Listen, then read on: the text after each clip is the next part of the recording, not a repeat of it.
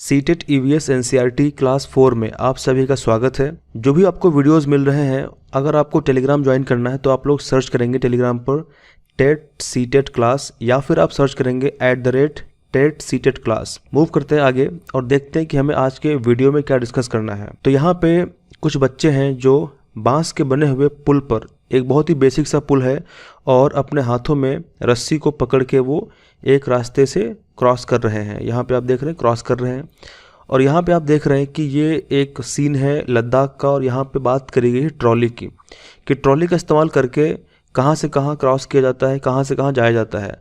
अब यहाँ से आपसे क्वेश्चन एग्जाम में आएगा कि बांस का बना हुआ पुल और रस्सी के सहारे ये जो पुल है, ये बेसिकली कहाँ पे, किस स्टेट में ये पुल जो है बनाया जाता है। तो इसका आंसर है असम।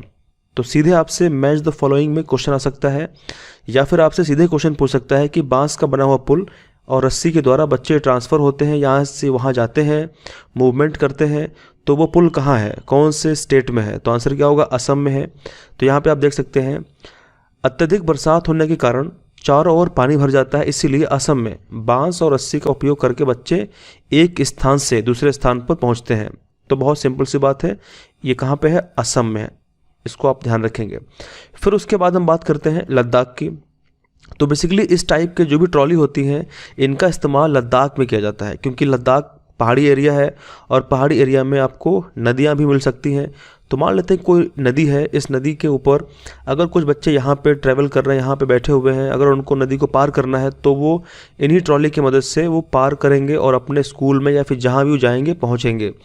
तो आपसे क्वेश्चन सीधे एग्जाम में पूछेगा कि ट्रॉली का इस्तेमाल जो है वो कहाँ करते हैं, तो लद्दाख में करते हैं। इतना आप लोग ध्यान रखेंगे। आगे मूव करते हैं। तो यहाँ पर भी कुछ बच्चे हैं जो बहुत बेसिक सी बोट है, क्या है, एक नाव टाइप की छोटी सी बोट है, ये वो अपने आवागमन के लिए इस्तेमाल करते हैं, यूज़ करते हैं। तो आपसे पूछेगा कि वल्लम जो है बेसिकली बोट को कहा जाता है। तो केरला के कुछ भाग में वल्लम जो है एक छोटी सी लकड़ी की बोट होती है, जहाँ पे बच्चे स्कूल पहुँचने के लिए उसको यूज़ करते हैं। तो आपसे क्वेश्चन एग्जाम में आएगा कि वल्लम जो है वो बेसिकली क्या है, तो वो एक बोट है लकड़ी की छोटी बनी हुई। अगर आपसे पूछे कि वल्लम का इस्तेमाल कौन से स्टेट में किया जाता है, तो आंसर क्या होगा, केरला में किया जाता है। तो यहाँ पे आप देख रहे हैं कि यहाँ पे सूरज है और आसपास रेत है, यहाँ पे आसपास रेत है, और कुछ बच्चे बैठे हुए हैं एक गाड़ी में, और उस गाड़ी को खींच रहा है ऊँट। थोड़ा सा अजीब सा लगेगा आपको, क्योंकि अगर आप उत्तर प्रदेश से होंगे या मध्य प्रदेश से होंगे तो वहाँ पे आपने शायद ऐसा नहीं देखा होगा। वहाँ पे आमतौर पर या तो घोड़ा खींचता है, घोड़ा गाड़ी होती है, या फिर बैलगाड़ी होती है, पर यहाँ पे ऊँट गाड़ी है। इसका मतलब सिंपल सी बात है, राजस्थान की बात हो रही है, ठीक है। तो यहाँ पे क्या लिखा हुआ है कि राजस्थान में बहुत गर्मी पड़ती है, रेतीला पूरा एरिया होता है, और वहाँ पे ऊँट ही चल सकते हैं रेत के ऊपर। तो ऊँट गाड़ी का उपयोग कहाँ पे होता है, तो सीधे क्वेश्चन में आपसे पूछेगा, तो आंसर क्या होगा, राजस्थान में होगा, ठीक है। आगे मूव करते हैं। तो यहाँ पे आप देख रहे हैं कि यहाँ पे मैदानी क्षेत्र है, प्लेन एरिया है, यहाँ पे कोई माउंटेन नहीं है, ना यहाँ पे रेत है, ना यहाँ पे कोई नदी है, बहुत ही समतल सा एक प्लेन एरिया है। तो यहाँ पे ऐसे क्षेत्रों में जो बच्चे हैं या फिर कोई भी किस प्रकार की गाड़ी का इस्तेमाल करता है, तो वो बुलक कार्ट का इस्तेमाल करता है, यानी वो बैलगाड़ी का यूज़ करता है। तो आप लोग ज़रूर ध्यान रखेंगे कि समतल स्थानों पर बैलगाड़ी का उपयोग करके बच्चे एक स्थान से दूसरे स्थान की ओर जाते हैं, प्रस्थान करते हैं। आगे मूव करते हैं।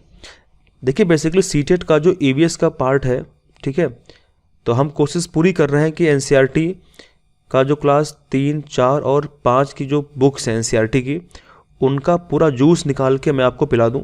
और उम्मीद करता हूं कि जितने भी एग्ज़ाम्स होने वाले हैं 2022 का, 23 का, जो भी, उन सब में 15 क्वेश्चंस जो होंगे वो एनसीईआरटी से ही आते हैं। तो मैंने सारे इंपॉर्टेंट पॉइंट्स को डिस्कस मैं करूंगा, और मैंने सारे इंपॉर्टेंट पॉइंट्स को ही लिया हुआ है जो पेपर में आते हैं, ठीक है।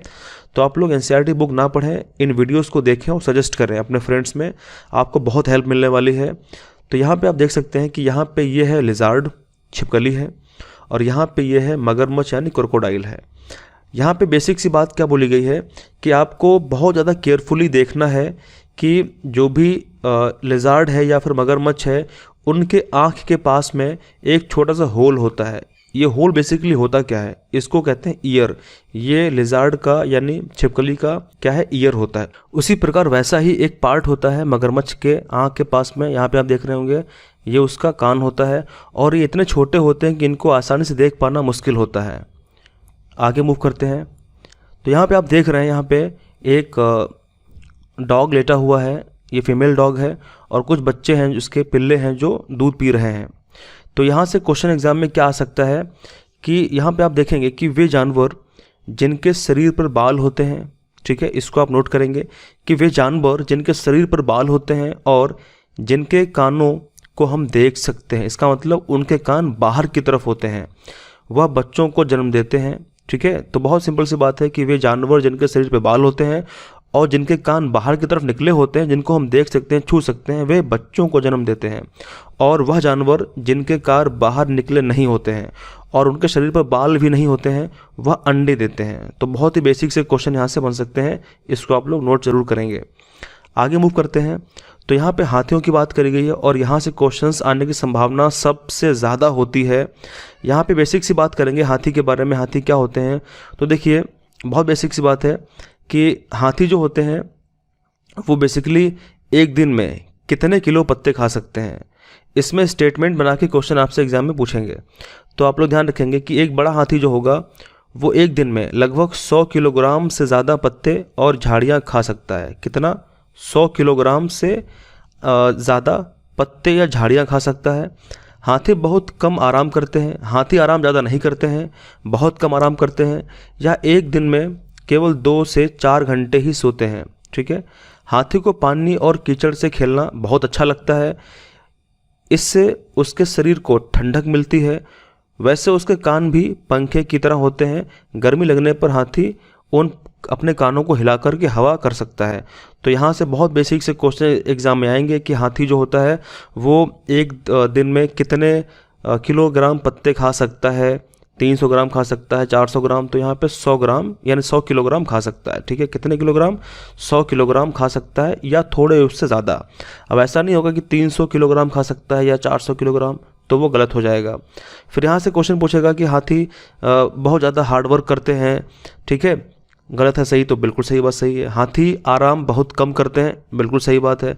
तो इस तरीके से हाथी सोते कितने घंटे? क्या हाथी 10 घंटे सोते हैं? गलत बात है, हाथी केवल 2 से 4 घंटे ही सोते हैं।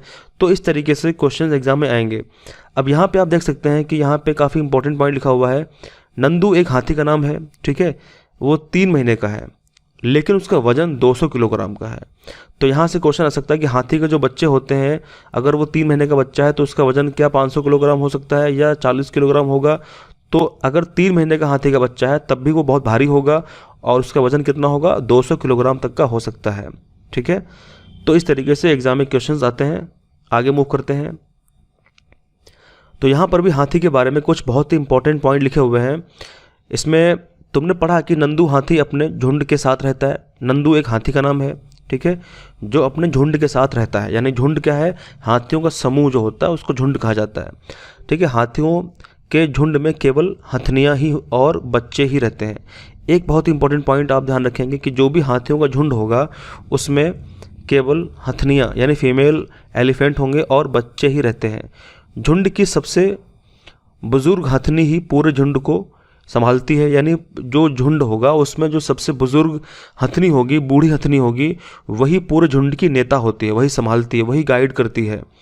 एक झुंड में 10 से 12 हथनियाँ और बच्चे हो सकते हैं। आपसे क्वेश्चन पूछेगा क्या एक झुंड में 50 हो सकते हैं हथनियाँ या बच्चे, या केवल 5 ही हो सकते हैं? तो इसका मतलब कि एक झुंड में 10 से 12 हथनियाँ और बच्चे हो सकते हैं। हाथी 14-15 साल तक ही इस झुंड में रहते हैं, फिर वे झुंड को छोड़ देते हैं और अकेले रहते हैं। नंदू भी जब 14-15 साल का हो जाएगा, एक छोटा सा हाथी 3 महीने का, उसका नाम नंदू रखा गया, बच्चा था, तो जब वो हो जाएगा 3 महीने से 15 साल तक का तो झुंड को छोड़ देगा। तो इस तरीके से यहाँ से क्वेश्चंस बनेंगे। इन सब पॉइंट को आप लोग नोट जरूर करेंगे। फिर यहाँ पे लिखा हुआ है कि हाथी की तरह ही और भी कुछ जानवर समूह में रहते हैं। जानवरों के ऐसे समूह को झुंड कहा जाता है। झुंड में रहने वाले जानवर मिलजुल कर सभी काम करते हैं, जैसे खाने की तलाश, घूमना, खेलना इत्यादि। तो बहुत बेसिक सी बात है। और यहाँ पे हाथी के बारे में काफ़ी इंपॉर्टेंट पॉइंट लिखा हुआ है कि हाथी जो होता है अगर वो किसी समस्या में है, अगर वो हाथी किसी समस्या में है, ट्रबल में है, तो उसको रेस्क्यू करने के लिए और भी कई हाथी वहाँ पे इकट्ठा हो जाते हैं। तो यहाँ पे ये पॉइंट लिखा हुआ है। तो इसी के साथ में हम लोगों ने जितने इंपॉर्टेंट पॉइंट्स थे वो डिस्कस कर लिए हैं। तो आई होप कि धीरे धीरे करके मैं सारे वीडियोस डाल दूंगा और सारे एनसीईआरटी क्लास 3 से 4 से लेकर के पूरा 5 तक कंप्लीट मैं कर दूंगा। तो आज के वीडियो में यहीं तक है। Thank you very much. जय हिंद, जय भारत।